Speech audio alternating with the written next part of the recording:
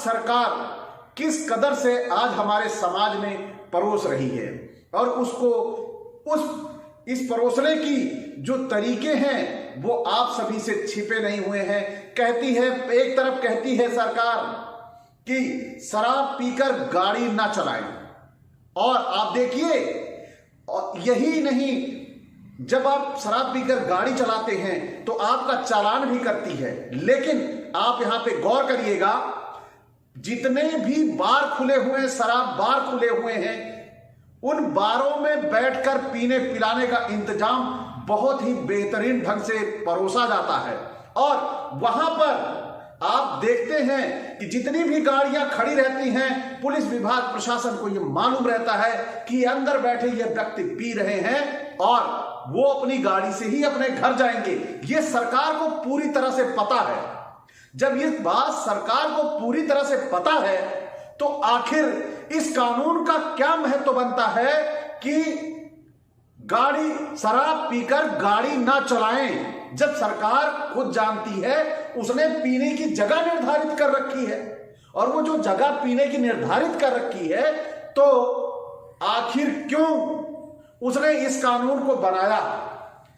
तो सरकार किस कदर आपकी हत्या की सुपारी इन शराब बेचने वालों को और शराब का व्यवसाय करने वालों को अप्रत्यक्ष रूप से देती है, जबकि यही व्यवसाय आप स्वयं करेंगे। यानी आप अपनी शराब बना लें और सरकार से परमिशन ना ले तो सरकार आपको जेल में डाल देगी। लेकिन सरकार वही काम सरकार खुद करेगी और वह उसका लाइसेंस देगी।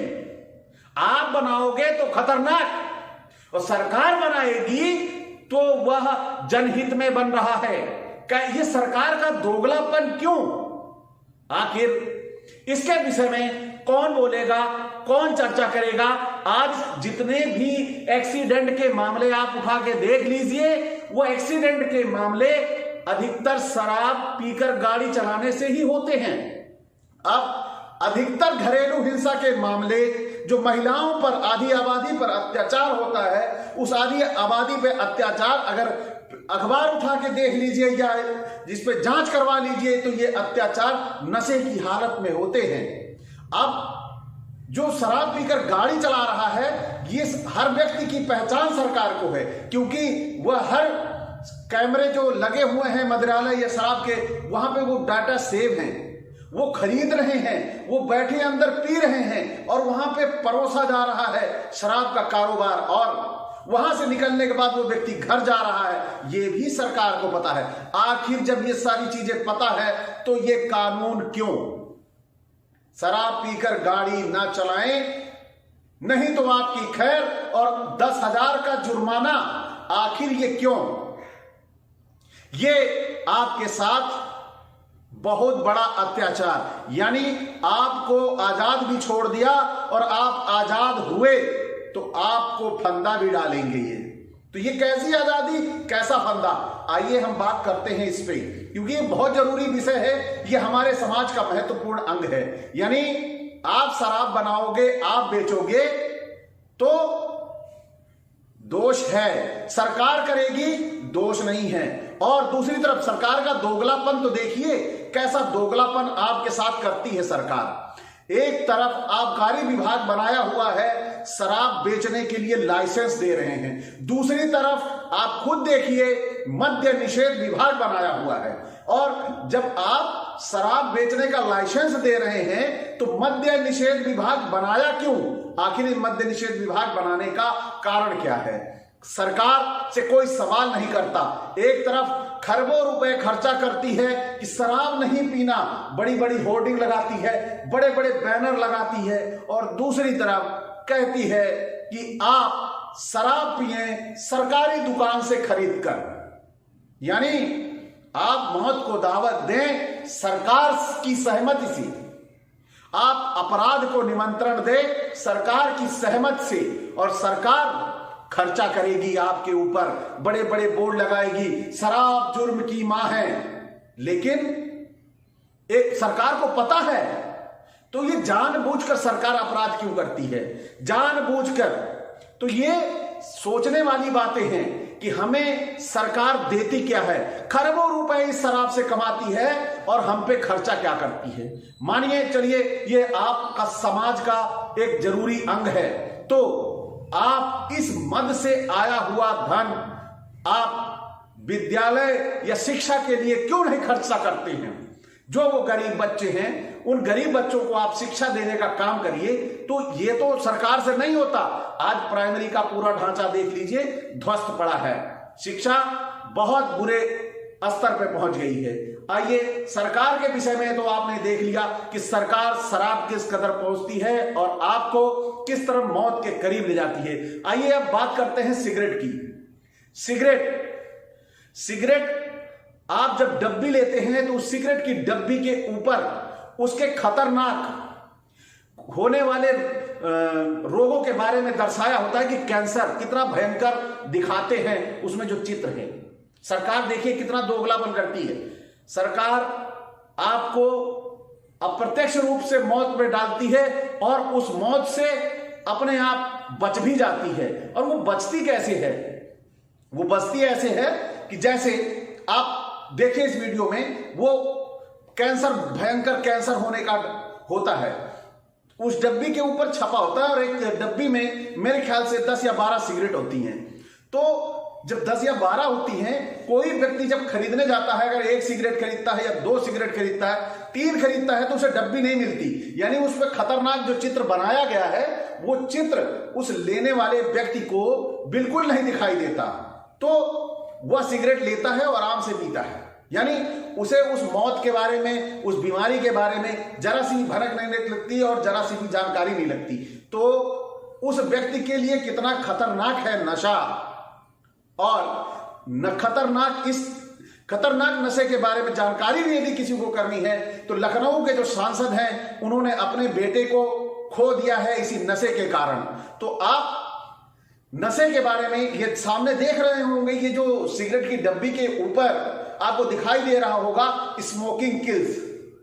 तो स्मोकिंग किल्स जो दिखाई दे रहा है आपको, ये कितना खतरनाक है, इसके बारे में आपको आपकी सरकार अवगत भी कराती है और इसके प्रति वो अवेयर भी नहीं है, ना ही इसकी जो खतरनाक स्थिति है उसके प्रति संजीदा है। यानी सरकार स्वयं जिम्मेदार है आपके परिवार में होने वाली मौतों की, आपके परिवार में होने वाले कैंसर की, क्योंकि कैंसर के लिए अभी तक कोई बहुत बड़े पैमाने पर हॉस्पिटल का उपलब्धता नहीं की गई है। अरे भाई, आप नशा परोस रहे हो तो उस नशे के से बचने के लिए आप कैंसर हॉस्पिटल कितने खोले, आप उससे कमाने की मंशा तो रखते हो, लेकिन उनके स्वास्थ्य के प्रति इतने संजीदा क्यों नहीं होते हो। तो सरकार से सवाल करेगा कौन? क्योंकि सरकार हमें ऐसे ऐसे मामलों में उलझा देती है और हम अपने स्वास्थ्य के प्रति स्वयं संजीदा नहीं होते और इन नशों के लिए समाज उत्तरदायी हो जाता है। लेकिन जिम्मेदारी किसकी होती है कि हम नशा करें या ना करें? ये जिम्मेदारी होती है हमारे गार्जियन की, हमारे सरकार की, जिसे हमने चुना कि ये सरकार हमारे समाज के लिए हित का काम करेगी।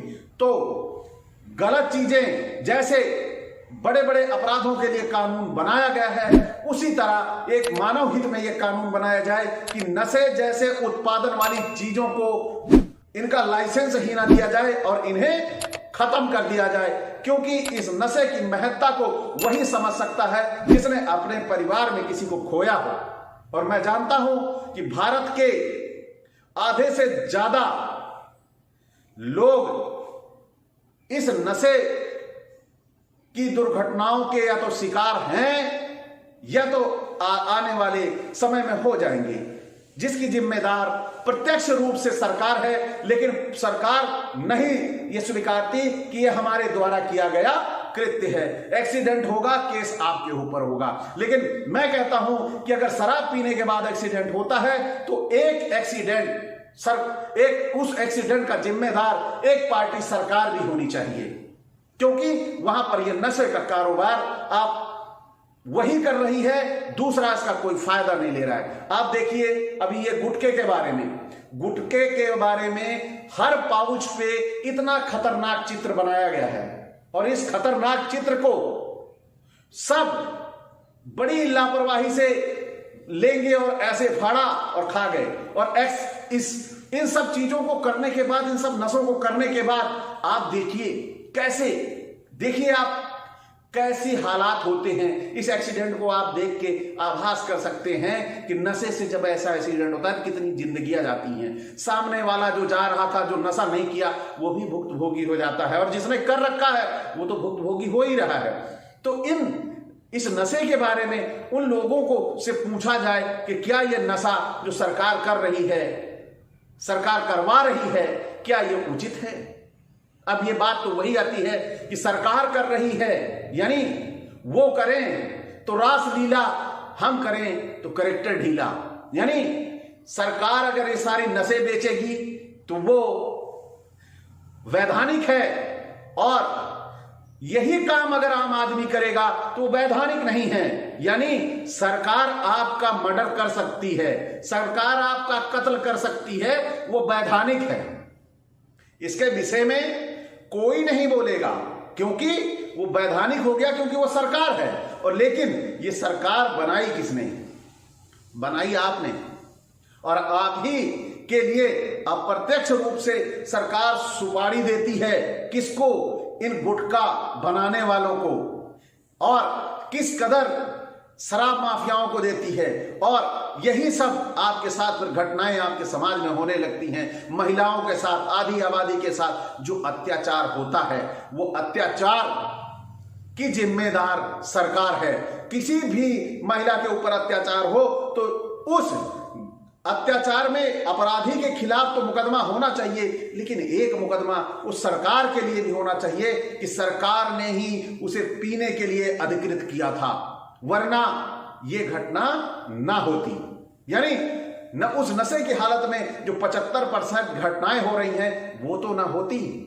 तो लेकिन इसके लिए हम सरकार को कभी उत्तरदायी नहीं समझते और सरकार बड़े मजे से ये रुपया लेके दूसरे कामों में डकार लेते हैं, ये बड़े बड़े घोटाले करते हैं ये, लेकिन उन घोटालों में आपकी कोई हिस्सेदारी नहीं होती, आपका कोई पैसा नहीं होता। शराब के लाइसेंस देने के लिए, बेचने वालों के लिए उनसे लॉटरी के सिस्टम में भी पैसा लेके लॉटरी उसी की निकालते हैं जिसकी सरकारी लोग चाहते हैं। तो ये सरकारी लोग कौन हैं, ये सरकार कौन है और आप कौन हैं? यानी आप क्या समाज में क्या कोई भागीदारी नहीं? आपकी बहन बेटियों की इज्जत इस नशे के जरिए लूट जाया करेगी। आपके शरीर, आपकी विकलांगता, आपके हाथ पैर इस नशे के जरिए क्या टूट जाएंगे, कट जाएंगे, आपके अपने आप से बिछड़ जाएंगे, आपके शारीरिक दोष हो जाएंगे, कैंसर जैसी भयंकर बीमारियां हो जाएंगी। इसके लिए उत्तरदायी कौन? अगर हमें नशा करने दिया जा रहा है तो हमारे स्वास्थ्य के लिए सरकार की इस पे भी तो प्लानिंग होनी चाहिए। अगर आप शराब पिएंगे उसके लिए सरकार भी योजना बनाए, जो शराब पीता है उसके स्वास्थ्य के लिए एक ऐसा क्लब बनना चाहिए, उसमें उसका जाना अनिवार्य हो और पीने के बाद घर के बाहर एंट्री ना हो। ऐसे प्रावधान सरकार क्यों नहीं करती? क्योंकि सरकार को माल से मतलब है, आपने कितना माल ढीला किया। क्योंकि वहां सरकार का ही मतलब नहीं होता है, वहां मतलब होता है वहां पे बैठे हुए निकम्मे मंत्री, विधायक और बड़े बड़े रईस पैसे वाले, उन्हें किसी की सेहत से, समाज की, व्यक्ति की सेहत से कोई मतलब नहीं, समाज की सुरक्षा से कोई मतलब नहीं। उनके पास अटैची में धन आना चाहिए, बोरों में धन आना चाहिए। तो आप अभी देख सकते हैं एक वीडियो आपके सामने चल रहा है जिसमें लिखा हुआ है नशा मुक्त परिवार, सुखी परिवार। अब आप देख सकते हैं ये मद्य निषेध विभाग का पोस्टर है। तो मद्य निषेध विभाग कैसे इतने खर्चा करके ये बोर्ड लगवाता है? ये लखनऊ के एक हॉस्पिटल का है जिसके बाहर ये बोर्ड लगा हुआ था, तो उसकी रिकॉर्डिंग करके मैं लाया कि कैसे ये नशे का व्यवसाय, नशे का व्यापार के बाद भी सरकार कैसे पैसे कमाती है। मद्य निषेध विभाग यानी बड़ा बड़ा लिख दिया कि आप शराब नहीं पिएंगे, शराब पी के गाड़ी नहीं चलाएंगे। तो इन सब पे खर्चा करती है, एक तरफ पिला रही है, दूसरी तरफ रोक रही है। तो या तो आबकारी विभाग बंद करे या तो मद्य निषेध विभाग बंद करे। तो लेकिन सरकार दोनों पे पैसा लुटा रही है, आखिर क्यों? अब आप इन सब चीजों को देखने के बाद नशे के प्रति जरा सा भी संजीदा नहीं होते तो कहीं ना कहीं हमारे जो यहाँ के लखनऊ के सांसद हैं, उनके बेटा जिस तरह गया और हमारे एक जानने वाले हैं उनका भाई गया और परिवार के रिश्तेदार भी गए इसी एक्सीडेंट से, लेकिन उसके बावजूद भी हम कितना जिम्मेदार हुए। हमने सरकार को इतनी लापरवाही और हम पर शोषण करने के लिए अधिकार सरकार को क्यों दे रखे हैं? अगर हमने सरकार को मुखिया बनाया है तो सरकार इस तरह मुखिया बन के अपने ही घर वालों का शोषण करने पे क्यों लगी है? इसके लिए ये सांसद महोदय भी जिम्मेदार हैं। वो आज सत्ता में बैठे हुए हैं, उनका बेटा इसी नशे के कारण चला गया, लेकिन वो इसके प्रति संजीदा नहीं है, वो इसके प्रति ना आवाज उठाते हैं लोकसभा में और ना इसके प्रति कोई बड़ी मुहिम चलाते हैं। तो नशे इन सब चीजों के लिए जिम्मेदार हम हैं। सरकार को जब तक हम प्रतिबंधित नहीं करेंगे, हम अपराधों के शिकार होंगे और दुर्घटनाओं के शिकार होंगे और भयंकर बीमारियों के शिकार होंगे। तो आज मेरा केवल आप सबसे अनुरोध है कि आप सभी नशा रोकने के लिए एक मुहिम चलाएं कि नशे का प्रोडक्शन ही ना हो। जब नशे का प्रोडक्शन नहीं होगा तो कहीं नशा दिखाई नहीं देगा। तो इसके लिए आप सभी अपने अपने सोशल मीडिया पे ये सब बातें लिखिए। ये सरकार से क्या मतलब है? ये नेता लोग तो जहां से पैसा आ रहा होगा इन्हें तो पता है कि इस शराब जैसी मामले में खरबों रुपए डकारे जाते हैं।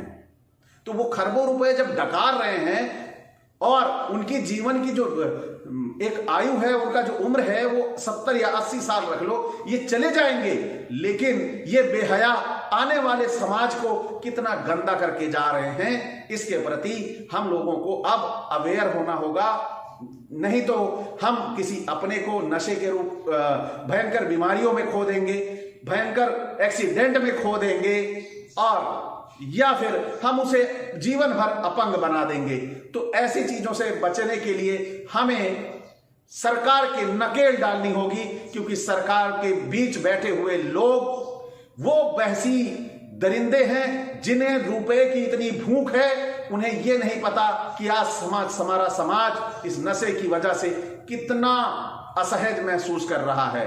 तो साथियों, आप सभी यहां तक जुड़े रहे और आप सभी ने देखा तो आप सभी भी अवेयर होइए। सरकार के इस अवैध धंधे को, अवैधानिक धंधे को बंद करना होगा और हम लोगों को आवाज उठानी होगी, तभी हम सुरक्षित और संरक्षित समाज में जीवन यापन कर सकेंगे। हमारे बच्चों का भविष्य सुनहरा तभी हो सकता है।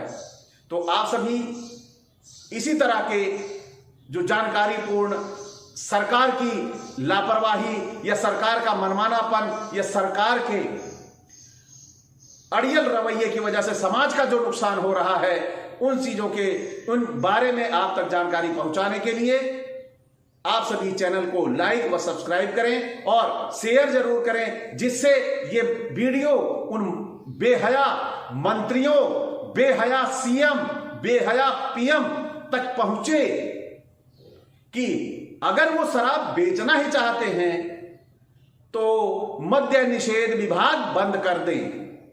आपका जो धन बेवजह उधर रोकने के लिए खर्चा कर रहे हैं, इधर पिलाने के लिए खर्चा कर रहे हैं, ये बंद हो जाएगी। तो आप सभी साथी से अब मैं इजाजत चाहूंगा। नमस्कार।